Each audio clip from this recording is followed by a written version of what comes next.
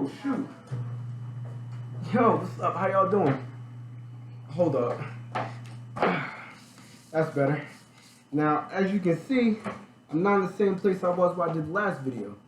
Like I said before, I travel a lot. So as of right now, I'm in Arizona. Now, some of you might want to skip this part, but for those of you who are interested, let's go take a tour of the crib. Alright. So, I'm going to try to make this as good as possible, but excuse the video. This is my living room. Then right now I'm recording in the kitchen area.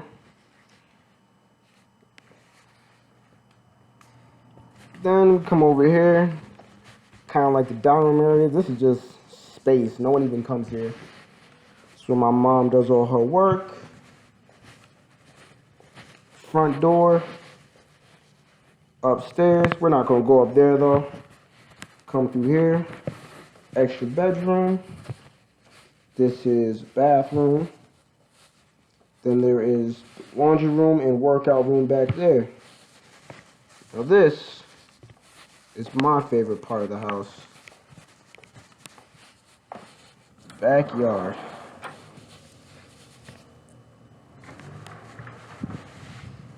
More importantly, the pool. I don't know if you guys can see that. I mean, I'm only here about 2 months out of the year, so I don't feel too bad bragging about it. And yes, it is very hot. I believe right now it's probably about 108 degrees outside. Shoot, maybe more. But that's not what you came for, is it? Let's get down to business. Mic check 1 2 1 2. How you doing, everybody? I'm your host, Mikal Butler. Thank you for meeting with me today out here in Arizona. Today we're going to talk about the concept of fear and fear itself. So fear is common among people. Let's face it, knowing fear is what keeps beings alive. Fear tells us whether a situation should be deemed dangerous or not. For example, a simple fear of heights may deem jumping out of an airplane or being in an airplane itself dangerous. A better example of this would be a rabbit being afraid of a fox, deeming the fox dangerous. The instinct of fear will start a person's fight or flight mechanism. But of course, in this space, we're all philosophers, so let's take a deeper look into fear itself. Everyone is afraid of something, yet that something may not be the same for everyone.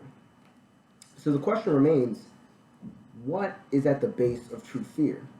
I concluded a few things, and it's funny because at first I thought of 3 things, however I was able to knock them down to 2. My original 3 things were death, a lack of knowledge, and previous experience. Now I ended up crossing off death, simply because I was able to simplify death and the fear of death into a lack of knowledge. I'll further explain later. With lack of knowledge and experience, notice that death or any painful activity is actually not part of those 2 things. Now, let's take a look at most irrational fears, such as, say, heights, fear of clowns, maybe even a fear of spiders. Now, me personally, I'm afraid of heights, and I also don't like spiders. I'm not particularly afraid of them, but I'm not particularly a fan either. If one truly looks at fears, such as this one, at the end of the day, people aren't afraid of the certain thing, but the outcome that's paired with it.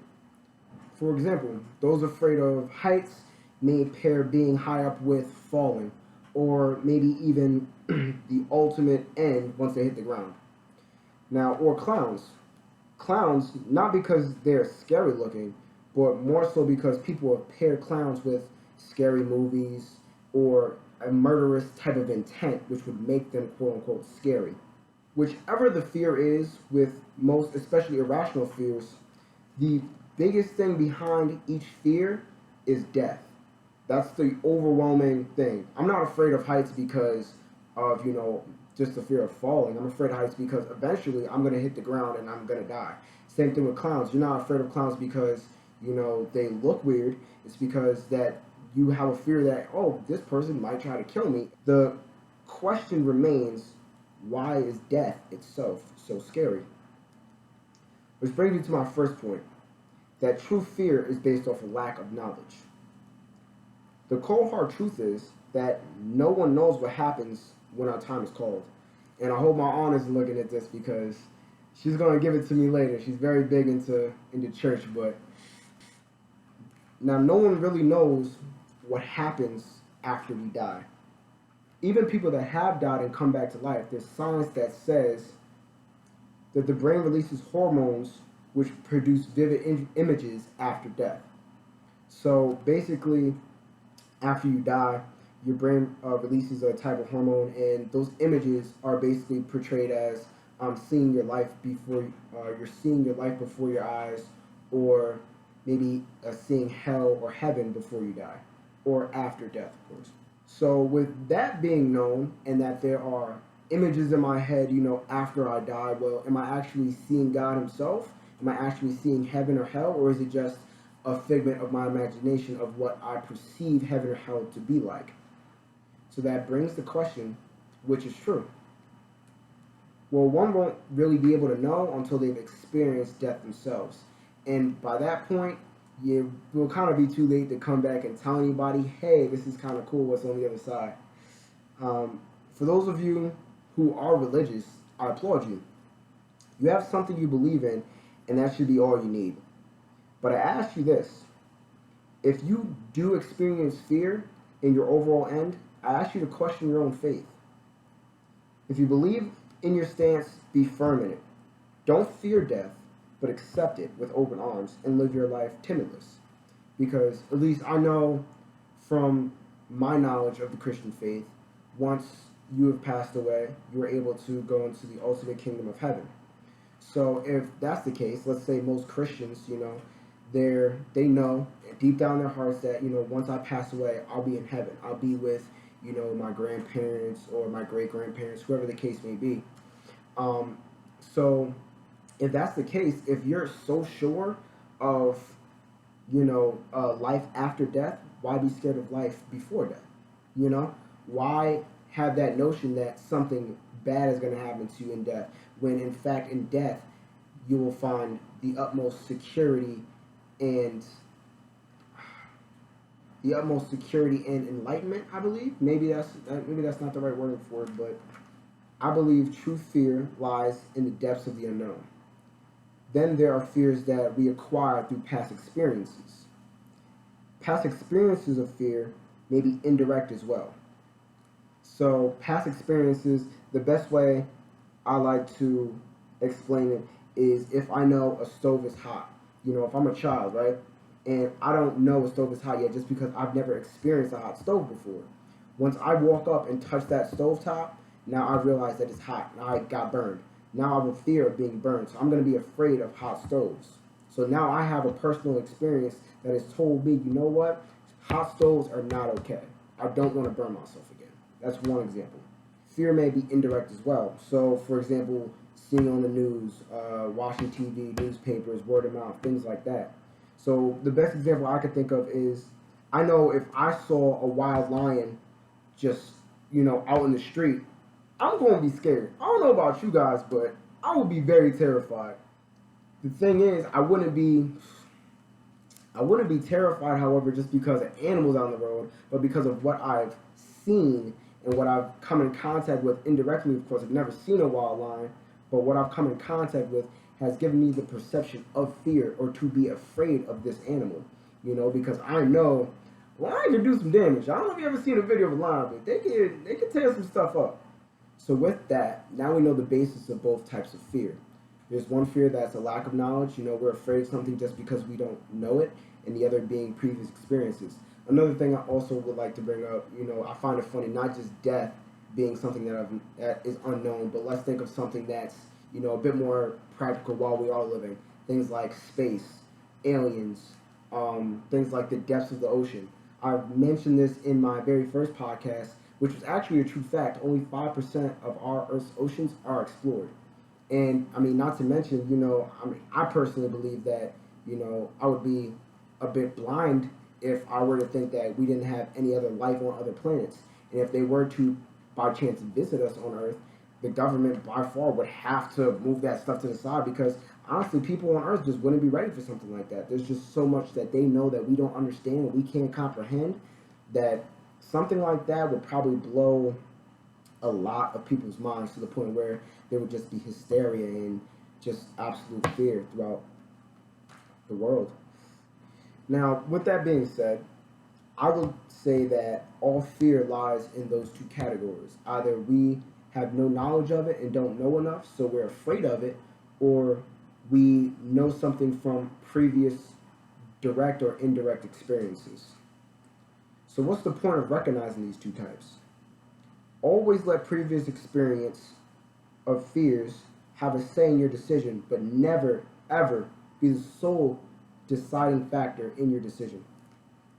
And also, number two, never let irrational fears control your life.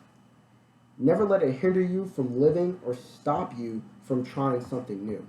For example, just because I have a irrational fear of jumping from a plane, because realistically, the chances of me dying, hitting the ground, whatever the case may be, they're pretty slim. People have jumped from planes many times before and will jump for many times after. But so for me to be afraid of something like that, to be afraid of the probability of something at the bottom that may or may not occur, which quite honestly is gonna happen anyways, is a bit irrational, and I should be willing to try something new. Does that mean I'm gonna try it? I don't know. But that same concept with clowns, or let's say spiders, like I gave the example earlier. Don't be afraid of clowns just because you have a past experience of maybe a scary movie or something like that. That just contains probability. But if you have a previous experience, then that may mean something more to you. More importantly, don't be blinded by fear. Don't let it stop you from seeing or pursuing the truth or what you desire most in life. So I believe that, every person has something they're trying to attain, but there's some things that we're so afraid of that we might not go out of our way to do it. Don't let fear be the deciding factor in your life. Don't let fear make you do something that you don't want to do, or maybe you'd rather have done it this way. Don't let fear be the factor that holds you back from what you should have gotten, for what you deserve to have gotten. If you put in all the work and all the time, then by all means go out and go get it. Go out and achieve it, but don't let fear hold you back. I challenge you to recognize your fears. Are they irrational, or are they based off experience? Then, I challenge you to overcome your irrational fears and subdue your previous experiences, but never ignore them. We grow as people by learning from our past and our fears, but we would be fools to let them control us. And I have a quote here that I wrote at the bottom. Don't fear death, have a willingness to live. Now, that's a quote that I came up with myself. That's just something, while I was thinking, it just kind of like, that's really what I want the basis of, this particular episode to be, making sure that people aren't taking their irrational fears of something that they've seen on TV or something that they don't have knowledge of, and projecting that onto someone else. Because fears, like I said, differ for every person. So to try to project your irrational fear on someone else, or maybe your own personal experience on someone else, is just not fair to that person. And I implore any person who has made connections with that fear or realized that they have irrational fear, take the time to sit down and not just look at that fear, but look inward. Look at yourself. Why am I afraid of this thing? Why is this, something that I don't like, And then ask yourself, well, is it irrational? Is it an experience? Is it something that I should overcome, or something I should look backward on for experiences and life lessons? Well, that's the end of the third episode of Mid Check, and I hope you guys really did enjoy it. I hope you guys learned something, not only about the world, but also about yourselves, and you're able to, take what I'm saying and actually look inward. Because honestly, if you guys are listening to this and you're not taking the time to sit down and actually look into yourself and fix yourself to better help the world, then I'm clearly not doing enough, and I promise I will do more. As soon as this gets big enough, I want to make sure that, my word means something to people. Unfortunately, I don't have any questions today, but please, by all means, I actually really would like to hear your questions. I'm going to say at the end of every episode, because I want to hear what you guys have to say. If I need to further explain something on my point, or maybe you just want to sit down and have a conversation about it, definitely hit something up in the comments. If you know me personally, please reach out. Um, Please make sure you guys like, comment, subscribe, share, all that good stuff. Make sure everyone hears that this is not something I'm doing for myself. I'm doing something that I feel like needs to be done. And quite honestly, I've found my passion in life, and I think that personally, if I'm to do anything in this one life that I'm given, if I don't make a change in this world, then I wasted it. So this is the first step into many. Thank you for your support. I really do appreciate it. Mick out, you dead.